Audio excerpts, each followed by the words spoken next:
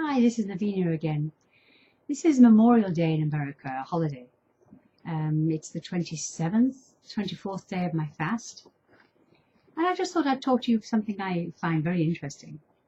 Of course, these are just my ideas. You don't take them as truth. I don't either. But it's about the power of intention. Wayne Dyer, he has written a book called The Power of Intention and goes into this very deeply. I haven't actually read it, but I have been studying this in many different ways, so I just wanted to share some of what I understand from that. So intention, you can call intention as the power through which we create our universe, our personal individual universe, which of course extends to the outside. It's not about creating flowers and trees and things like that. It's creating our own realities within our world.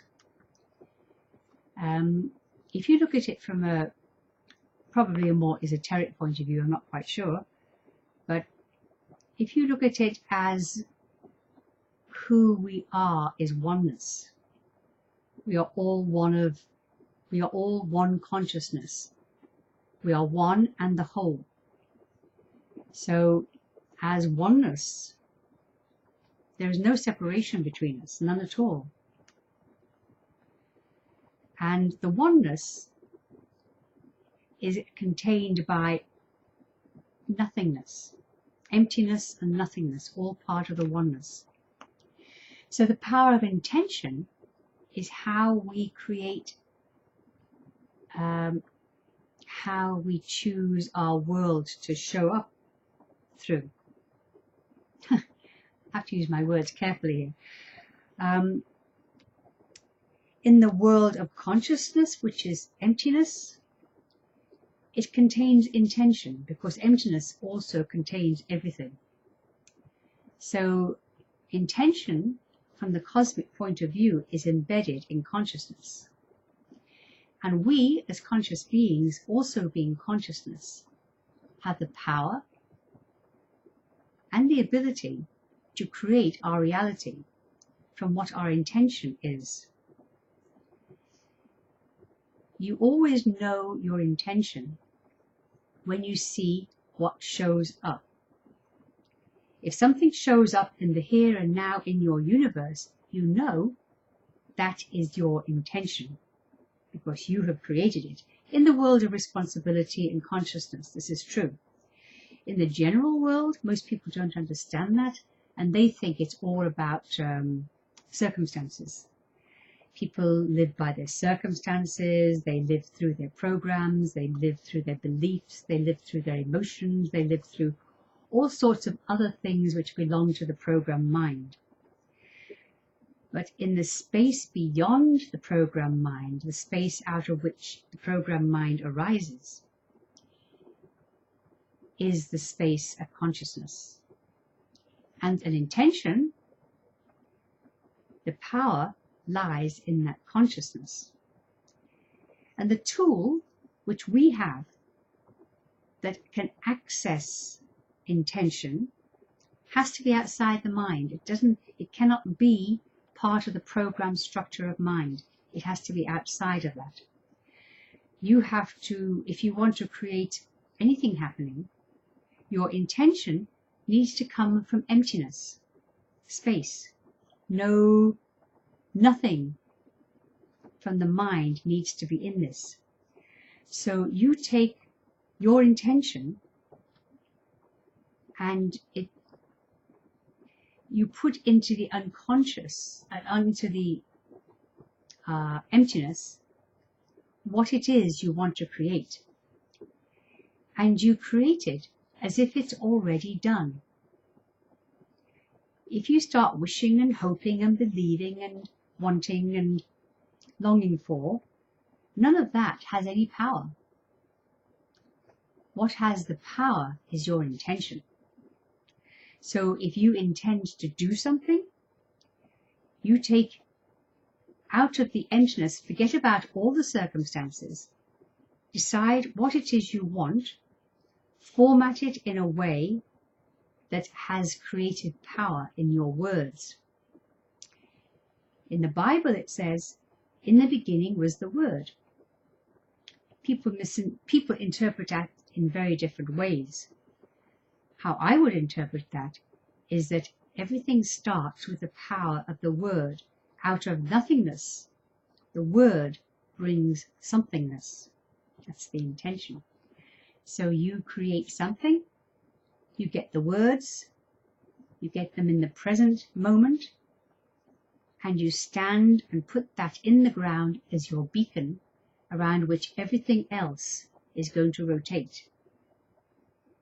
It's going to draw into it whatever it is that the intention that you have set chooses to create. And it might not be, though, it's certainly not going to be the way you think it ought to be, because how you think it ought to be comes from the programmed mind, nothing to do with it. So if you set your intention and you stand by it and you do everything that's possible to create this intention in harmony with that intention, then you will create what it is you choose to want. Suppose you want a new car or a new job. You will say, I have a brand new sports car in my garage. And that's your intention. And everything in your world, as long as you keep your promise, keep your intention, will revolve around you manifesting, creating, doing what it takes to get your car. Probably one of the most massive example of intention, the power of intention, I think, is in the Declaration of Independence that the Americans made. The people who had the vision, who had the imagination, who had whatever it took to make that Declaration of Independence, that was their intention. Out of the intention came the declaration. This is how it is. That's what you have to do. This is how it is. That came from nowhere. Nowhere in their circumstances in those days was anything that could possibly imagine that people could be created equal. But their intention and their declaration was, all men are created equal. They planted that in the ground and they stood by it. Of course, nobody believed them. How could they? There was nothing. People were slaves, people were serfs, they were peasants. Everybody was ruled by some kind of ruler, king, queen, emperor, warlord, tribal leader, just a bossy person in the household. But everybody had their place, and nobody imagined that they could be equal to the person above them, and the person above them could not imagine that they were equal to this serf, slave, whatever. So they were going against everything that their world knew. And how they did that, where that came from. They were deists, not Christians. Where that came from, I don't know that it was out of the blue. I don't know what they knew, what they understood, but they were powerful people. And the declaration that they made was amazingly powerful.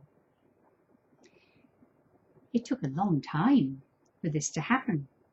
Probably hasn't quite happened yet. But they started with that and had everything that came from that reflected. So all the laws that were made from that moment onward reflected the declaration that all men were created equal. Of course, it didn't include women. It only included, in the early days, men who had land. They were the only ones who could vote. Gradually, white men got to vote, all white men.